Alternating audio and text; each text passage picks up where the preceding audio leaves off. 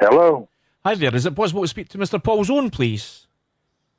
It's very possible. That's me. Aye, Paul. How are you, sir? I'm good. Who is this? My name's Johnny. I'm calling from Stirling City Radio in central Scotland. My good friend James Cannon set up this wee phone interview for my radio show. Right. Mr. Paul Zone of Man to Man. Paul, how are you? I'm good. I'm good. Thank you for having me on the show. It's my privilege and pleasure, my friend. First of all, thank you very much for taking time out of your busy schedule to talk to us. So I've just got a few questions to ask you if you're okay with that. First of all, Okay. where are you right now, and what are you getting up to? Right now, I'm in Hollywood, California, which is a little bit different from New York. I spend a lot of time in New York City and also on the West Coast in Hollywood, California. Mm-hmm. So I'm out here now, and it's just getting ready for the summer and not really doing much. And the weather out here in Hollywood is just beautiful, just beautiful. When I was 13, 14, I walked into a local record shop in Falkirk, and I walked in and I says, okay, what's the new releases this week? And the chap behind the counter says, you'll like this. And he put on a song called Male Stripper. This was about September 1986. I was 14 years old, and it blew me away.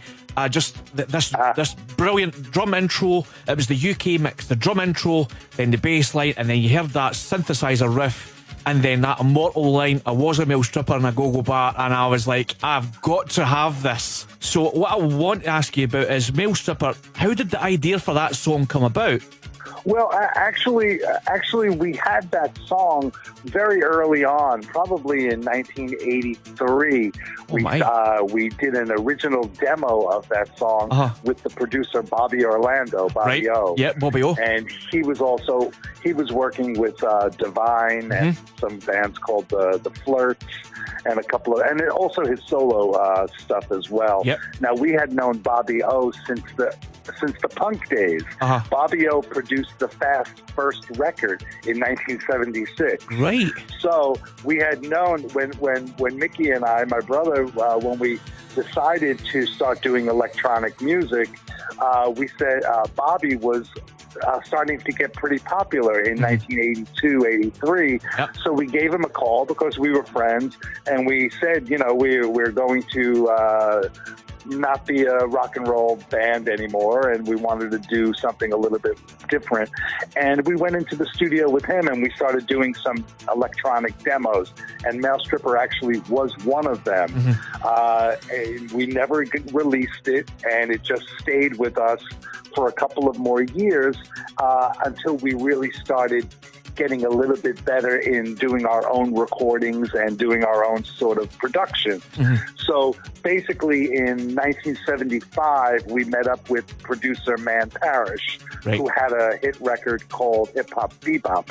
And we got together with him and went in and did a recording of Male Stripper, which was actually the second time we had recorded the song. So, of course, it sounded a lot different than the original demo of it. But basically, it was the same song, same feel.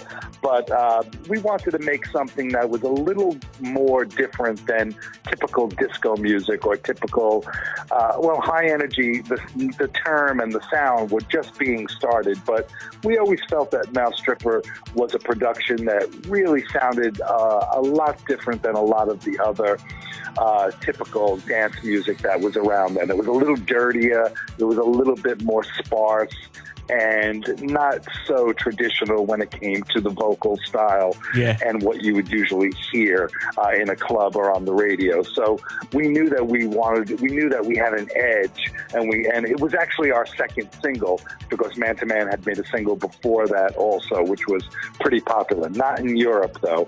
It was popular in America and down in Mexico and South America. But Male Stripper was our second record, and that really took off, especially on the UK and in Scotland. And then, of course, it did very well in 1986. Well, I was just going to say that, and I mean, and what I remember at that time, I mean, I was just a teenager, and I was into the whole high energy thing. I loved Bob Orlando. I was a huge fan of Divine. I liked bands. I liked Sylvester, Patrick Cowley. They were all, these guys were all my heroes. You know, I mean, Patrick Cowley was an absolute genius with a synthesizer. Well, we were friends with Patrick. We were friends with Patrick Cowley and Sylvester, and had known them from San Francisco. Yeah. So we had a connection with a lot of these people, even though we came from an earlier era of glam and punk. Mm-hmm. But you know, you get to meet a lot of people and know a lot of different people. Your Top of the Pops performance in 1987, which to me is one of the highlights of Top of the Pops. Can you remember anything about that? Now, for what I remember is there was yourself on stage and you had two dancers at the back of you. The chap on the left-hand side was a good dancer. The guy on the right-hand side dressed in the leather couldn't dance to save himself. Let's be honest. He was well, actually, the person that was going to, the person that was supposed to be the one on the right, he had a problem and couldn't get back to the UK, right, because he was someplace else in another city. So that was a last minute addition, and of course, you know, it wasn't to our liking, but what are you going to do? It was okay. It was, as I said, it was one of the highlights for me. Top of the Pops was a huge show, and it was one of the highlights. I mean, Gary Davis, who's now back on the radio doing an 80s show, introduced John, and he said this was one of the hottest disco records around, and then that riff started, and I remember watching it and thinking, oh yes, turned it up loud, and my parents banging on the ceiling saying, turn that down. No chance. I mean, it was a fantastic moment. It was TV history as far as I'm concerned, because like I said, I was into the whole high note. I loved it, and I thought it was fantastic, and that pretty much nailed me being a fan of Man to Man. I know, but the record Male Stripper, basically, even though it was, you know, by the end of 1986, it became the #1 club record throughout the UK That's and right. Scotland. And it was definitely the biggest record around, and it didn't hit the pop charts until March of 1987, and that's when we did Top of the Pops. But you know, the song, when it went commercial and did hit BBC One and the radio, it wasn't embraced as much as other pop songs. No. It was still considered kind of taboo, a little bit out on the edge. A lot, seeing that it was embraced so strongly by the gay community, it had a stereotype to it. So it wasn't that it's not like the whole country was behind it and loved it so much, especially a lot of the radio and television stations. You know, a lot of the radio stations didn't even want to say the name Male Stripper. Yeah. They would say, here's Man to Man with that special song, or they would say something like that because they thought it was, you know, a little bit dirty or had something about it. And the way we were treated on Top of the Pops when we went and did the filming, I felt that I wasn't really treated very nicely by the production and by the people that were there. They weren't really talking to me about the filming of it. Meanwhile, I saw them with all of the other bands that happened to be on that same evening, and they had definitely a nicer rapport with them than they did with me. And I think it was because they were just a little bit more standoffish about the song and about me and about that it was such an iconic gay anthem. So I think that they just, you know, were held back a little. But I know Top of the Pops has that reputation because I know Frankie Goes to Hollywood had the same kind of reactions when they were popular.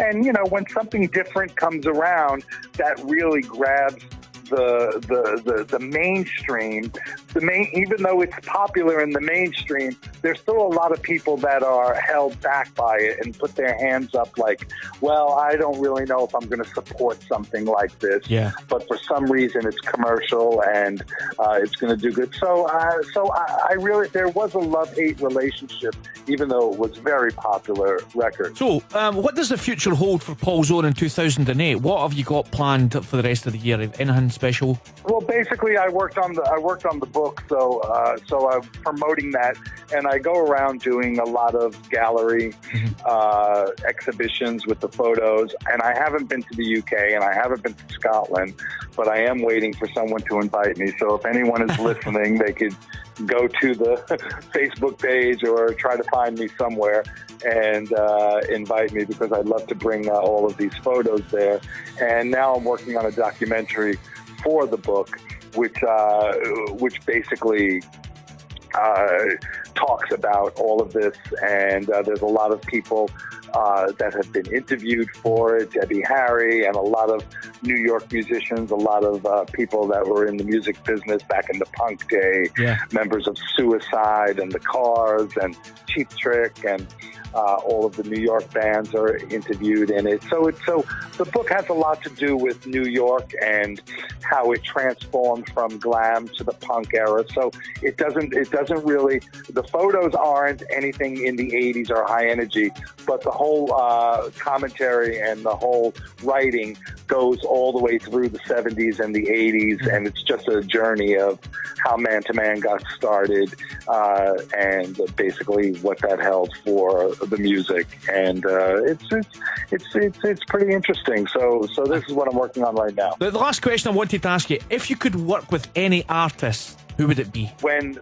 Male Stripper did become a hit, there were quite a few producers and artists that did want to work with Man to Man, but scheduling was kind of hard as well. And we always wanted to, do a record with Giorgio Moroder. Yeah. And we thought that would have been really, really fun, because that was something that we really liked. We really liked that Sparks album that they did in 1980. Absolutely. With Giorgio, and that was really great. So, Paul, thank you very, very much for talking to us today. It's been an absolute pleasure. You're one of my heroes. As I said, Male Stripper is in my top 10 all-time favourite songs. Thank you very, very much for talking to us. It's much appreciated. I know you're a busy man, so I'll let you get on. It's 11:30 your